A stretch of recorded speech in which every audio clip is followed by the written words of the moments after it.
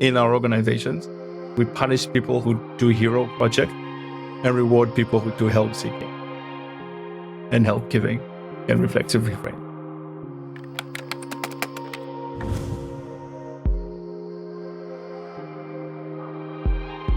Hello and welcome to another episode of Conversations with Keita Deming. In today's episode, we're going to be in conversation with Tendayi Viki.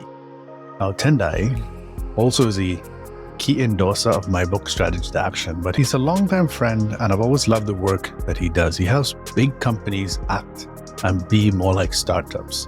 He helps them be more agile. In this conversation, we explore a wide array of topics that explore our two main questions. How to become better people in business and how to become better business people.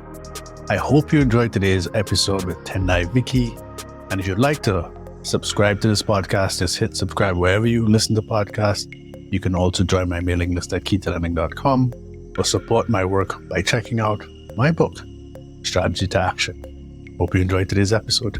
Tendayi, for people who have no idea who you are and what you do, can you just share a little bit about yourself? Yeah, cool. So I sometimes describe myself as helping elephants do ballet.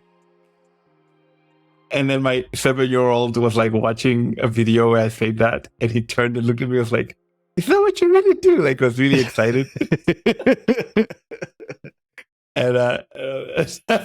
And so he was more impressed if I worked with real elephants than the actual metaphorical elephants that I work with. So yeah, I work with large companies and I help them set up the infrastructure and processes they need to be able to drive innovation and prepare for the future. Yeah. So first of all, let's just take a moment, and I love how kids take things so literally. I've been tracking metaphors with my son, and it's so funny. But anyway. Right. Yeah, it's crazy. Like the funniest one I can remember is, "Hey, Dad, we need to catch light." He's like, "How do you catch light, Daddy?" Just things like that. We need to put lightning in a bottle. Exactly. You should try that one with it. Exactly.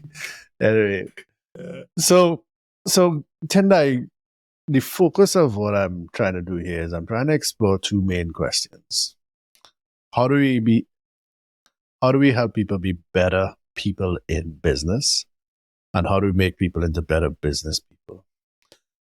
You, I think, can probably talk about the better business people from an innovation lens, because that's the bulk of your work. But talk to us a little bit about what are your thoughts on how to make people better people in business? Yeah, it's fascinating, right? Because I think the hard thing about business is people kind of wear a mask as they go into the office, so they never like bring their full selves to work. And so it's a fascinating challenge, right? Because like a lot of there's a lot of masculinity, right? So workspaces are masculine spaces, and business is like a masculine, even like strategy is like a masculine thing. It's like war metaphors, right? So it's really tough for people to become better at work, because to become a better person at work, you have to uncover any of your internal insecurities, any of the things that are hindrances to you showing up in full, and then work on that stuff. And if you are successful already, and I love what Marshall Goldstein says about this, actually, he says like successful leaders develop like almost like a mythical kind of superstitious belief about themselves, where they believe that they're successful because of their characteristics and not in spite of their characteristics. Mm. And so they say like you're a poor listener or you're bad at people management. You're like, yeah, well, I became the CEO, so bad poor people management must be the reason. If I start becoming good at like listening to all this touchy-feely stuff, it might harm my capability to be a great CEO.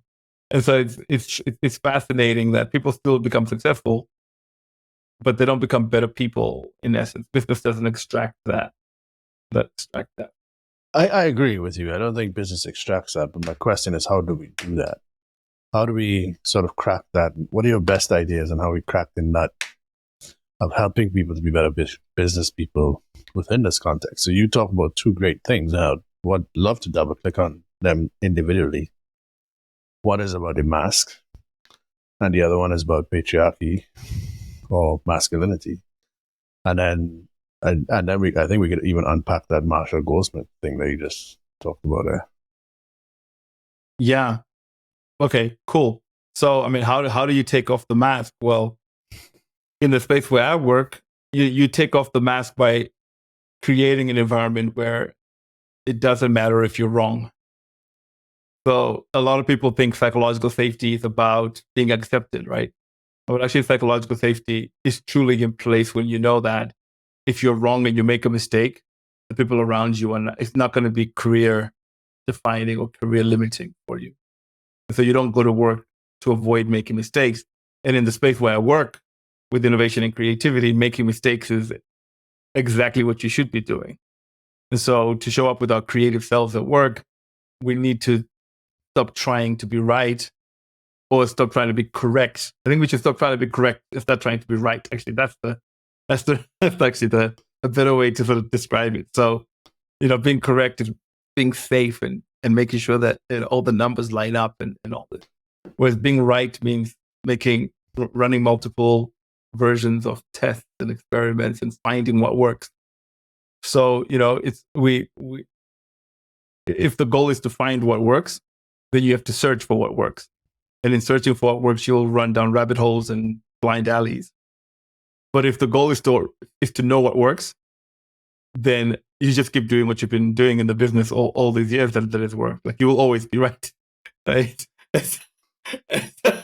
and so those are the two choices you have to make when you're showing up to work. So I think taking off this mask of trying to always be correct, but start looking for like the right thing to do, like that's future facing. For my world, that's what I would love. Yeah, well, what I love about that is that you just applied a whole innovation lens to how to become better people in business. You just took like your whole innovation lens and you make a distinction between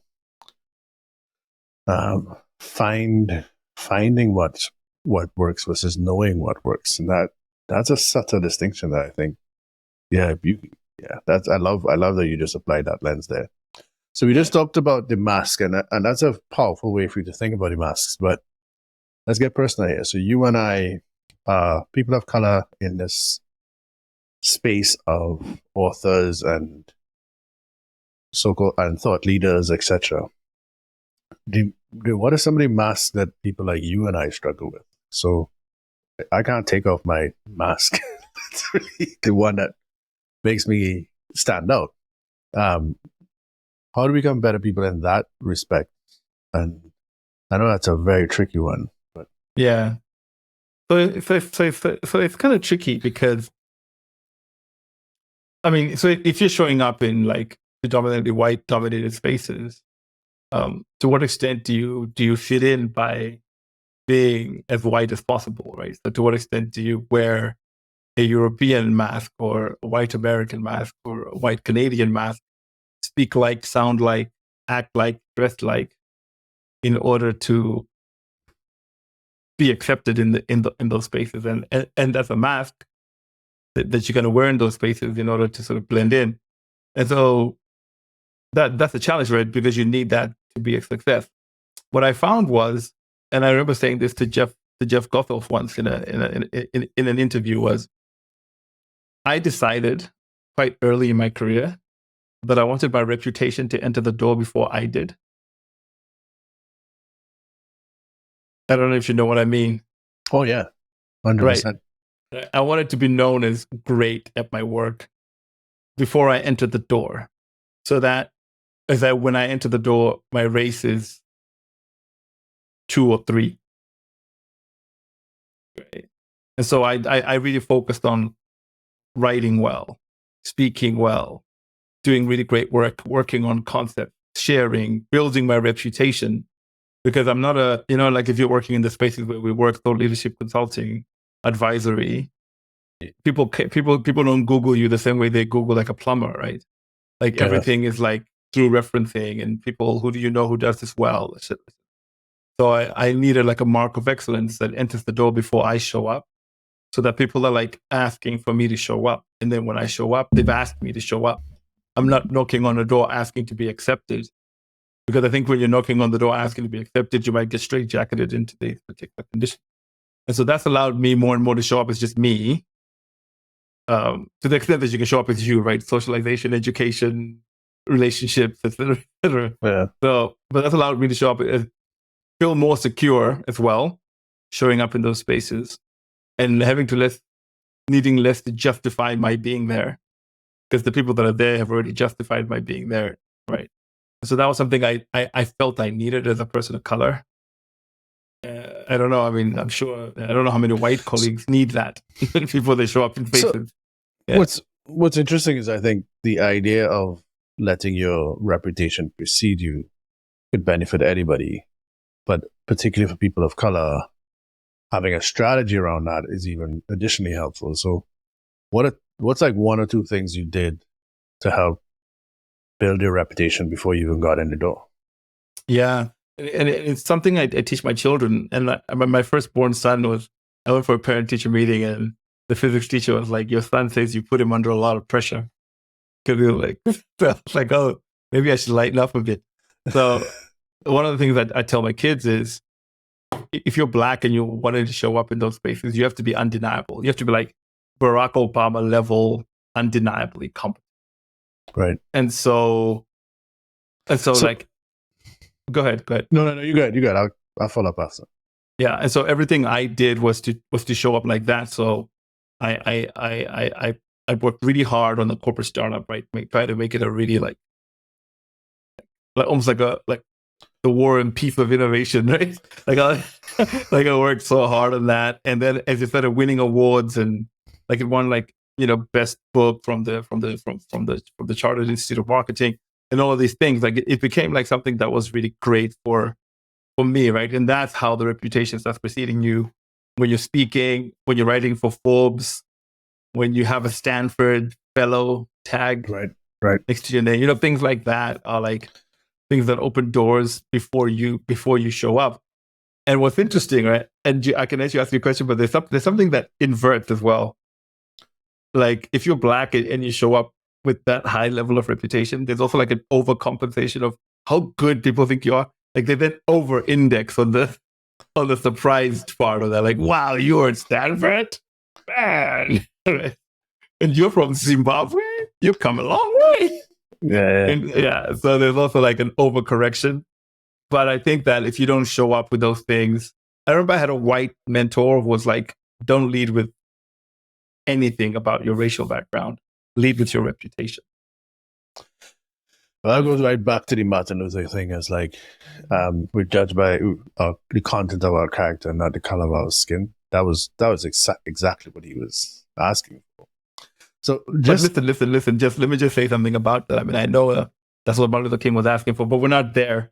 And the reason why we're not there is because the content of our character has to hit a higher threshold than the content of the character of a similar white male.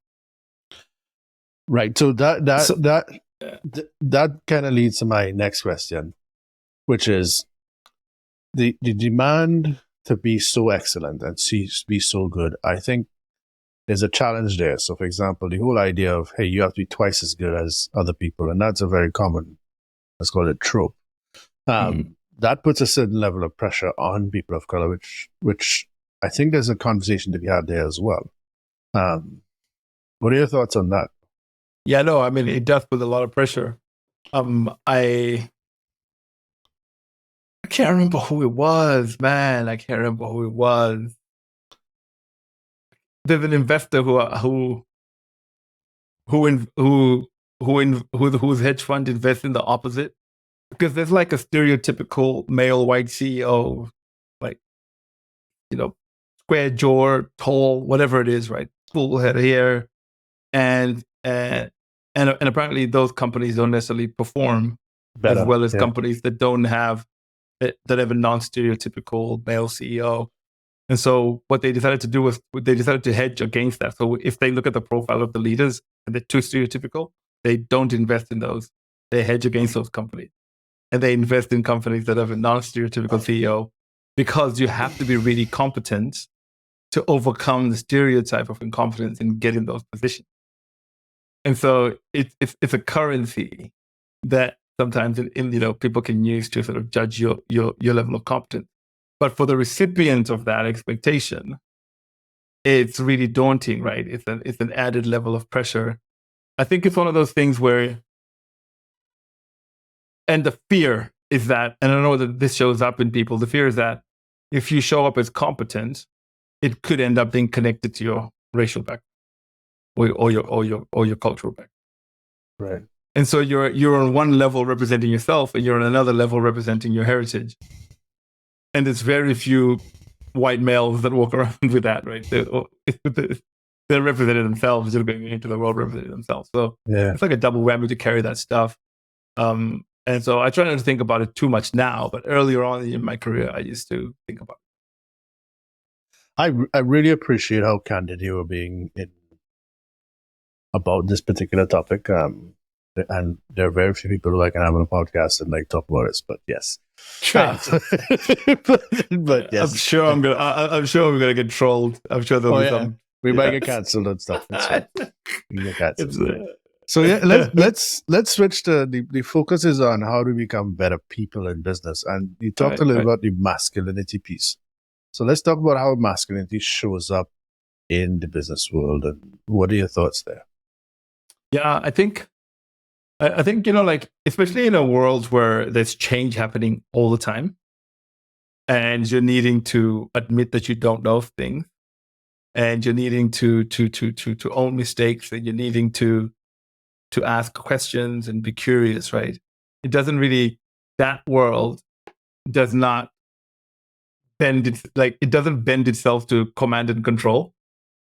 And so masculinity shows up in workspaces with leaders that know everything, leaders that give instructions, leaders that know they can pick the winning ideas, leaders that, right? And so all of that, like, you want to call it like bravado, macho, aggression, emotionally retarded way of approaching work, like that kind of not sufficient emotional intelligence. And what we know is that the best creative environment is multiple inputs from people with multiple personalities and points of view.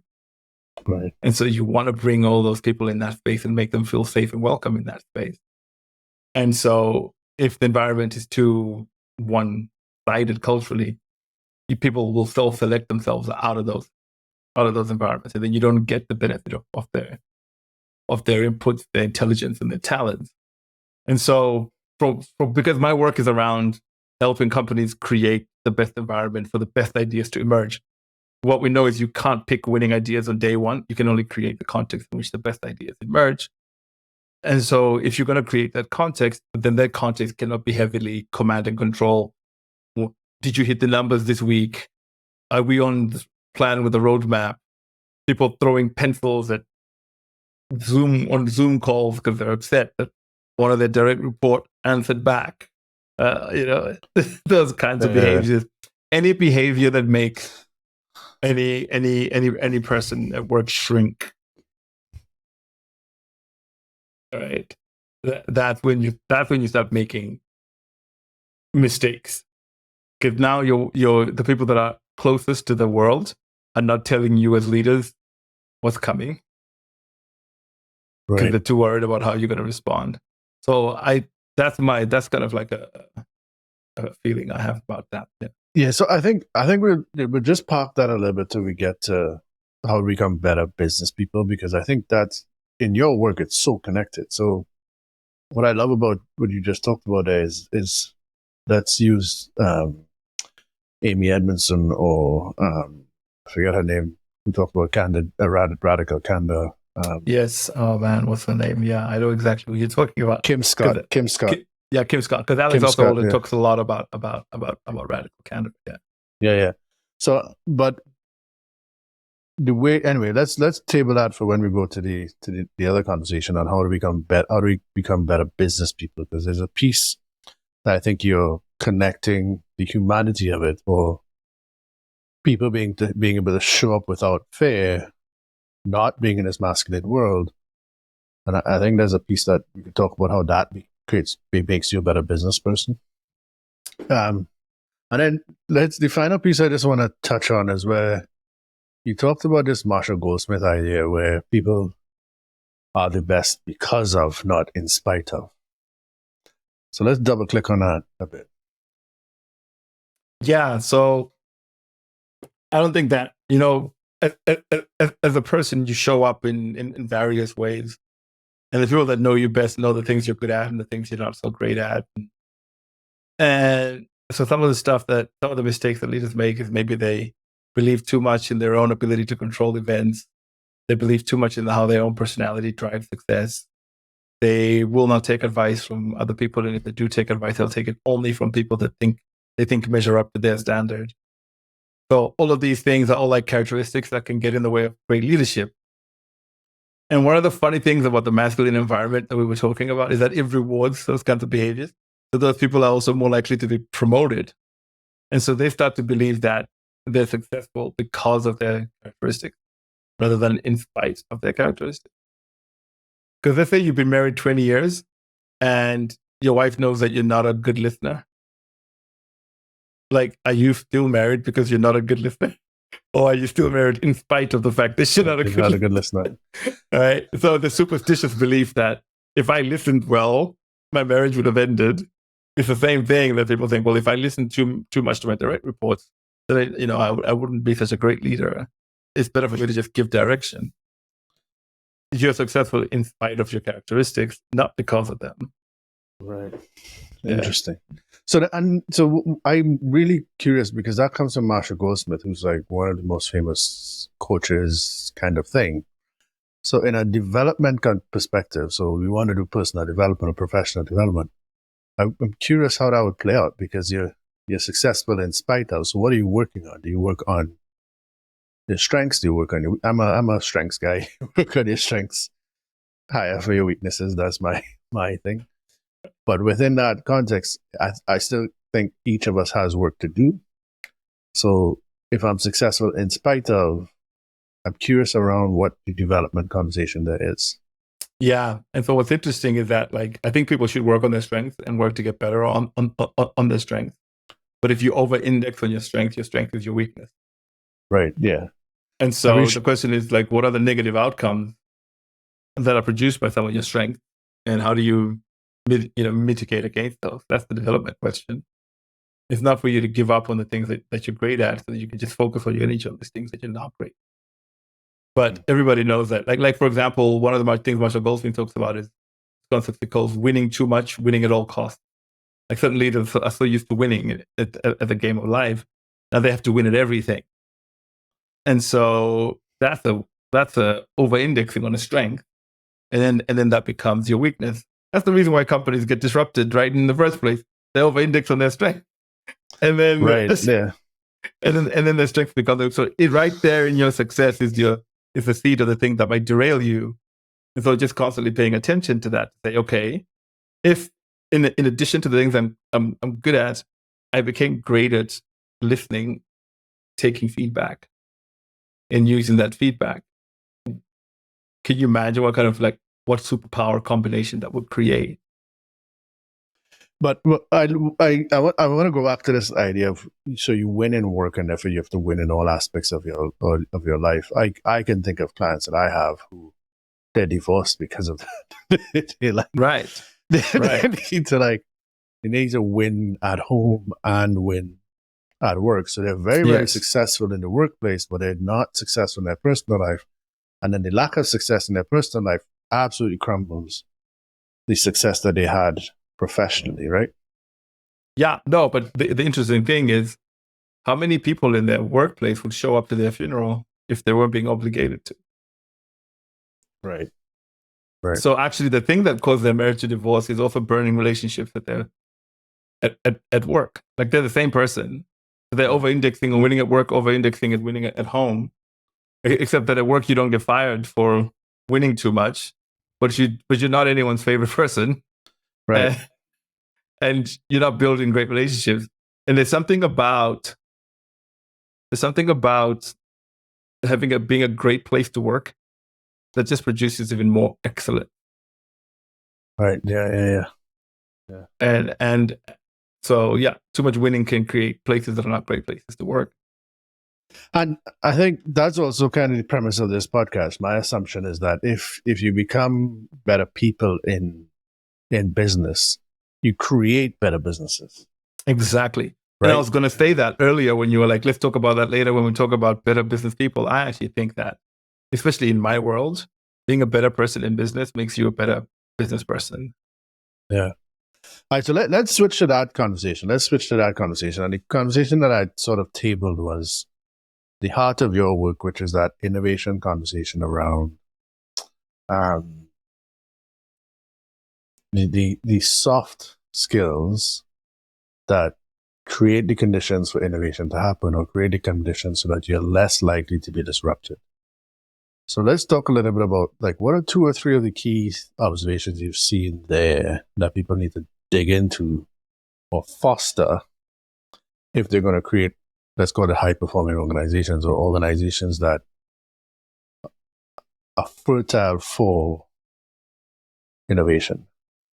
Yeah, absolutely. So let's imagine a CEO. This is an example of a situation that I was in where the CEO is like, don't come to me unless you have a 10x idea. And I'm like running this workshop, and the CEO just keeps saying this to the team, like, listen, I only want 10x ideas. Unless you have a 10x idea, don't come to me.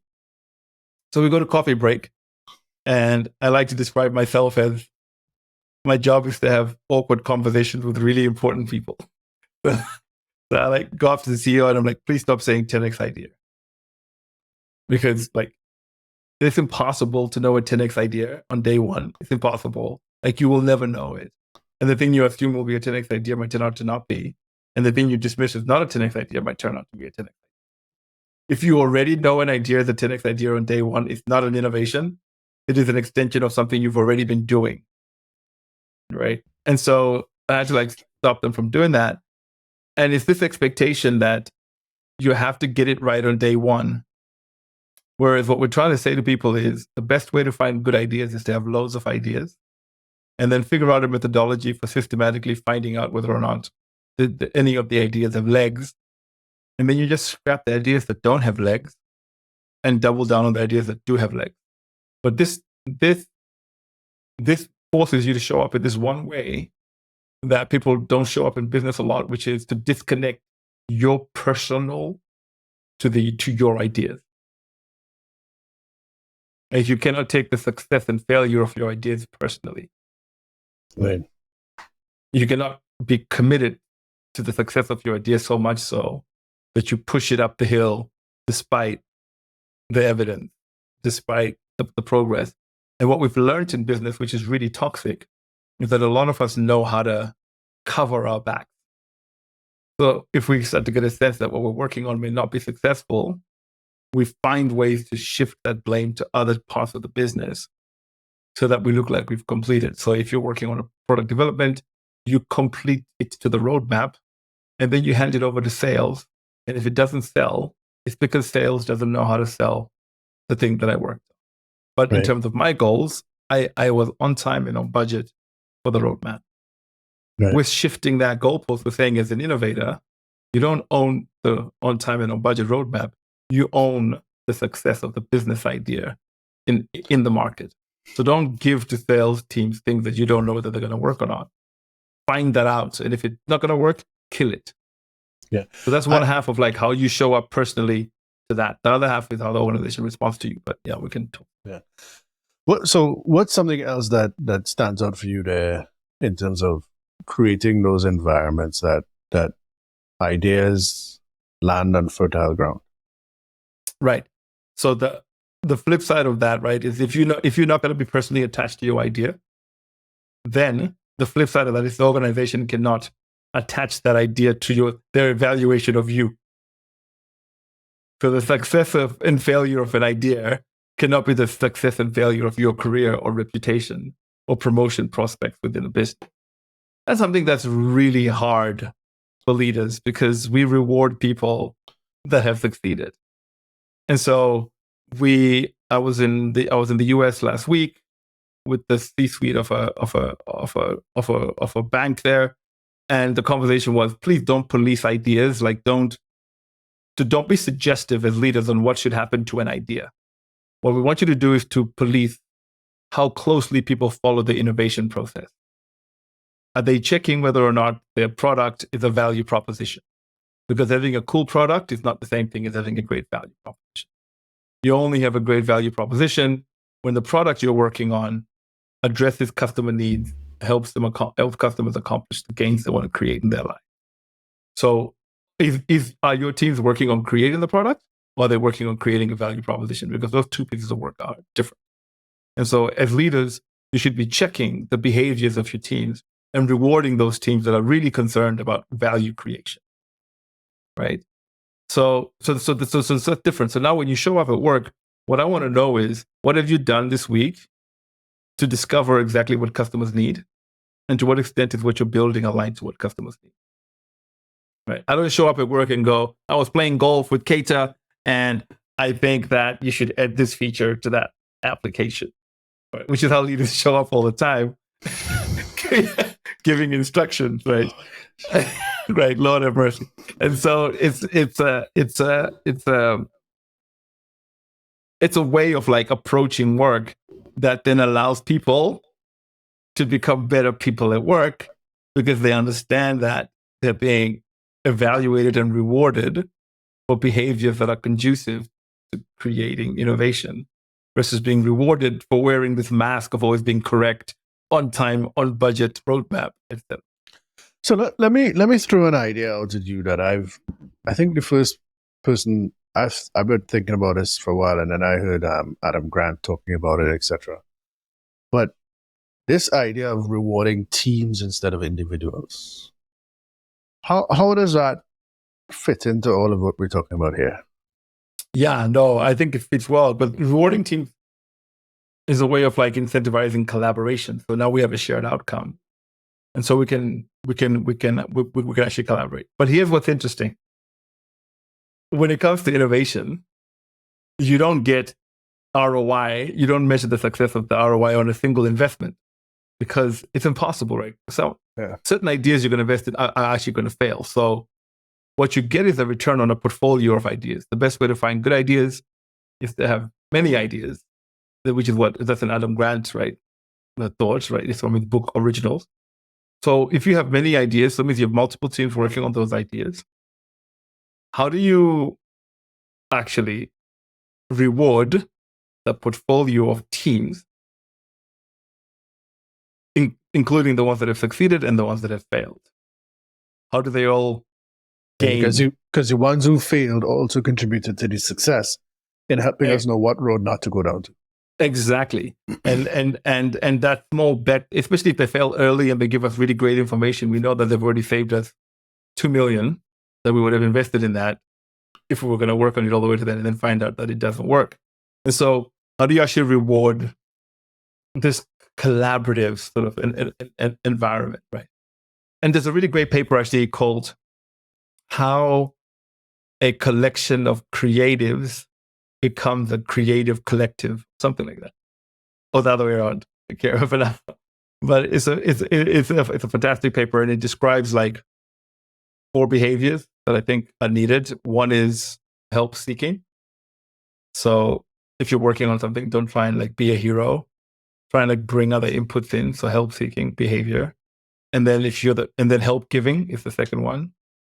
And then for the person who's seeking help, there's a third behavior they need, which is called reflective reframing, which is taking the feedback and reflecting on your idea and iterating on your idea. So you have to reflectively reframe.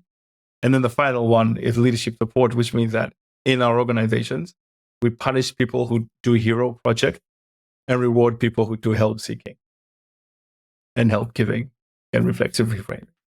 Right. And so it's a way again of like rewarding team collaboration. So, but I'm so curious, like, but how do we do that? So I understand that's a piece I get, but it's how do we do that? Does the whole team get a bonus? How does that work out? That is still a nebulous spot? Yeah, it's still a nebulous spot, especially when it comes to innovation. So I think that the lowest hanging fruit in innovation is the innovation award, where you get like a trophy or like some sort of recognition. the failure, the heroic failure award, or whatever it is, right? So that's like the low hanging fruit. And then as you move up the food chain, you get to bonuses and promotions and all these and all these things. Right, but promotions don't work though, because who are you promoting? Especially in a team context, in a portfolio context. Yeah. That's my point. Exactly. Right? Yeah, that's not going to work. But you can certainly do financial incentives around bonusing. Companies like 3M and other companies have set up this, or used to. I don't know whether they still do it, but they've got this concept called the stretch goal, where they say like 25% of your revenue must come from new projects launched within the last 3 years or whatever, and that's all your part of your bonus calculation. And then at the furthest extreme, I've been in a bank where if you're a team and you're working on an idea, you get all of you have to take a 40% pay cut in return for a stake in the idea. And so it's a way of like mimicking entrepreneur. So you can see like the scale of like holy shit reward and recognition that you can give innovators. Yeah, depending but depending on how big that bank is, that the reward on that could be outrageous. Yeah, I mean, if you launch something on the banking platform that's like multi-million-dollar, exactly. Then yeah, I think the question is, if you give up 40% of your paycheck and your idea fails, then there's nothing for you. But what you lost is the 40% in cut. Yes, and then you can always go back. You can go back to your job.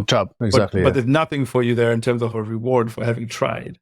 Yeah. But the teams that do succeed get a big reward, and that's sometimes can create tensions again with who's getting the opportunity to get those big returns. And well, it creates a tension. Like, suppose I'm on the team that took a 40% cut, and we failed and found a big insight that created the next thing that was success. I don't get rewarded for that, but that person got the $1 million payout, and I don't. I'd be resentful for that for sure. Exactly. You know? Exactly. Yeah. Right? So it's a really tough one to manage. At any one of these, there is flaws and challenges that organizations. But here's what I think is at the bottom of all of this. It's the question we're exploring is how to become better people in business so that we can have better businesses. That's essentially what we're doing. Yes. And everything we've been talking about is what's fair. We've been talking about, is this fair or not? And it's not fair that a CEO gets, let's say, on the conservative side, 30 times what the people who are managers, when the managers are the ones who are coming up with the innovations. And sometimes that CEO is getting that massive paycheck regardless of performance. Right. And there are versions of that throughout our business world that are not helping the end user, because we often end up with crappy products. We have overpaid executives and CEOs, and like none of it is fair for anybody. And the people doing real grunt work are struggling to pay their mortgages. So everything we're talking about here talks about fairness in my mind. Yeah, no, absolutely. I think you're right about that. I think one of the problems with capitalism and disruption and entrepreneurship is that it's always got the potential to produce asymmetric outcomes. Right. Yeah. And so the question is just like, do you want to redistribute the asymmetric outcomes? And is it fair on the person who created the asymmetric outcome to get their asymmetric outcome redistributed to people who didn't contribute to the creation of the asymmetric outcome? And so I believe that from where I stand, the best thing you can do is create opportunity. Right. So the lower the barriers of people participating in innovation, the easier it is to at least if people have an equal opportunity to start. I think that's probably the best cultural thing you can do in an organization. It kind of stems back to one of the things that my son is pretty young, so he's not quite there yet. But teaching your kids the world is not fair. I don't expect it to be. Stuff is going to happen. It's going to be unfair. And you got to pull up your bootstraps and keep going. But you know what's really unfair, Keita? Do you know what's truly, truly unfair? What's that? Is that your children, by no choice of their own, became your children. Like they have an advantage that a child who's born in a different context with an alcoholic parent or a criminal parent There's kids that are born in prison. There's kids that are born. So like already your kids already have an unfair advantage by being your kids. So I have a friend. I have a friend who's so pissed off at me because we only have one kid. He's like, right. Of all the people who should have like 5 or 6 kids, you are one of those people. And I'm like, first of all, that's a compliment. I understand that, but there's no way I'm going to have 6 kids in my life. There's just not like a way, you know. I'm not saying you should have 6 kids. Yeah, I'm just saying that you remind me of that friend who his point is that the people who have lots and lots of kids are not often the people who help kids, set kids up best for success. But having said that, there's some research that talks about, and I'm not supporting this, but and it's a very small population, but there's a group of kids who born in struggle because they're born in that kind of struggling situation. They're more resilient in some ways in life. Kids who are born with all of the comforts of the world, they don't have that grittiness and that struggle because everything has been given to them, right? So even life is unfair like that. So you're born in the comforts of it, but then the thing that you need, which is grit, perseverance, strength, etc., because you were born with a certain level of privilege, you have less of that. And that's really hard. That's a very hard thing for a lot of people to cultivate or foster. Like you could struggle, you know? Like but I mean that's parenting, right? You can teach your kid. You can have your kids develop grit and whatever and persistence, but the statistics just don't support that, right? Because the outcomes for people who don't have cater as a parent exactly are just not like, it's just a few people that are resilient. Exactly. The reason why I say this to you, by the way, is that sometimes we are philosophically having the wrong argument. So asymmetric outcomes are kind of just like part of how life works, how evolution selects, and just random, right? But in terms of produce asymmetric outcomes, what we should be fighting is rent seeking, which is people that are extracting value from society without giving value back. That's really the bigger challenge, and that's what we teach when we're teaching innovation, which is the first thing you work on is making sure that you're creating products and services that people want. And I have a really great colleague, his name is Greg Bernarda, who's like, let's even go beyond creating products and services that people want and start creating products and services that help people thrive, things that are actually good for people to thrive as people. And then we get value back for that value that we've put into society. And that exchange of value is the measure of a successful innovation. But then if the person has that exchange of value back, we can't then say, well, you got the value back and that's unfair. What's unfair is if you give no value, but somehow you're rent seeking and you get value back. And that's a big, big challenge especially in like developing countries. Like it's a really tough challenge. Business folks blame politicians for their behavior when their behavior is rent seeking. They're extracting wealth from the companies they run without putting value back into the countries that they live in. So what I love about what you just said is that I think so both of us have an academic background. Like I did a PhD, you've worked in universities and all that. The most powerful concept that I think we ignore is the idea of framing. And if you frame the problem wrong, no matter how you come out of it, you're never going to succeed in that. Like you're backing up your wrong tree the minute you frame the problem wrong. Yeah. And I think what you're getting at there is that it's not that so for example, one of the things that I talk about in my book, which is often people talk about unintended consequences. And when you look at unintended consequences, most times the way they approach the problem, there was a wrong set of assumptions going into it in the first place. So it wasn't unintended consequences, is that you assume that problem was easy to solve, which is very different from assuming, hey, this is a complex problem. Let's take a complex approach, an approach that's compatible with complex problems.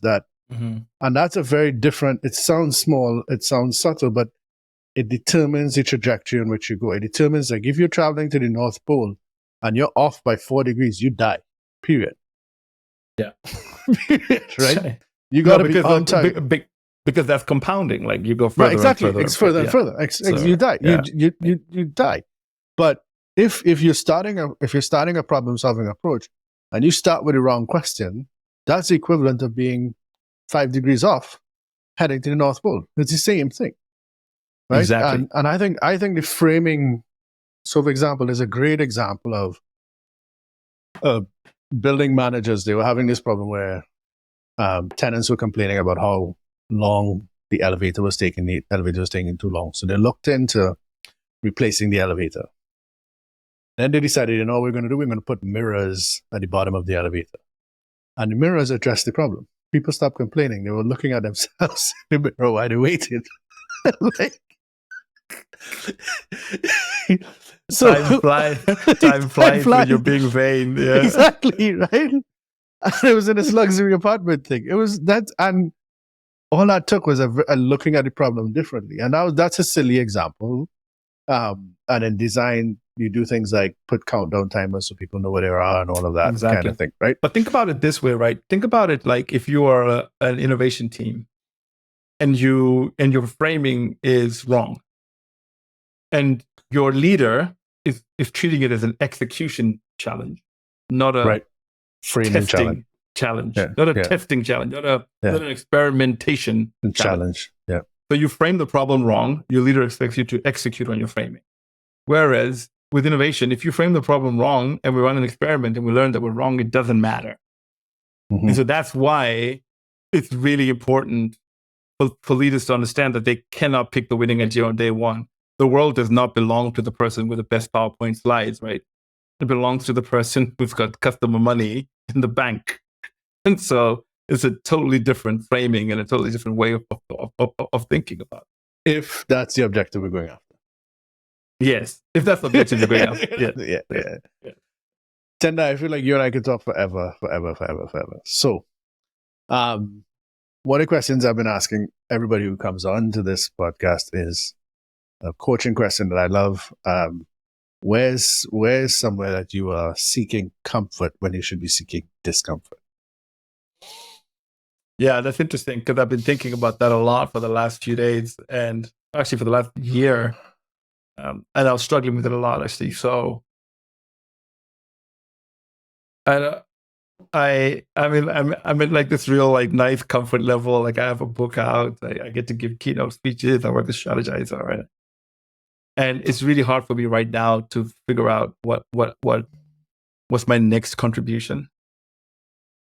But even worse, and that's where the complacency can sneak in, is do I have to have a next contribution? I mean, things are going well. And so like, because I remember like I used to wake up at 5 a.m. every day to write. And that just feels like, am I over that now? Like, am I successful? Right? And so it is, I'm finding it really hard to inspire myself to have the mindset of the mind of a beginner again, and jump into something. And by the way, in my success, right, if you want to call it success, there's daily things that I have to deal with, inquiries from people who want me to speak, clients who need me to do something, a CEO that wants me to give them advice. So I can stay busy and never address this existential question of, do I need to create something new? And I do know that a muscle that doesn't get exercised begins to atrophy, an inevitable part of how nature works. And so I don't know what muscle I'm losing right now by not pushing myself further. And I'm even scared to start. Like I can even feel the fear in my gut of like leaving this comfort zone and going to this other like unknown space, That's amazing. So, and do you have a favorite quote or something, a quote that resonates with you today? Yeah, though I forget who said it, but if a flower fails to bloom, right, you don't like start blaming the flower, right? You examine the environment that it's sitting in, and that's one of my favorite quotes. I say that a lot to leaders, especially around creativity and innovation. Oh, Tendayi, thank you for being in this conversation with me. I think we could have carried on for about 2 or 3 hours. Yes, thank you for having me. We are coming up to the top of the hour. How can people find out about you and more of your work? Yeah, strategizer.com. So STRAGYZER.com. And then TendayiViki.com as well for my first site. Awesome. All right, folks, thank you for joining me on another episode of Conversations with Keita Deming, where I explore two questions. How do we become better people in business, and how do we become better business people? Join me next time when I'll be interviewing another person who will be unpacking these two questions. Hope you enjoy and follow me for more. Thank you for listening to Conversations with Keita Deming. Over the years, I've learned that few things will impact or improve your life more than improving your strategies and having better conversations with the people you wish to serve.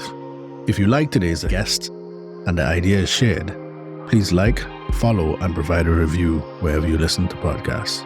You can also visit my website to sign up for my newsletter and learn about the release of my upcoming book. I look forward to the next episode where we'll be in conversation with someone who will help you become a better business person and a better person in business. See you next time.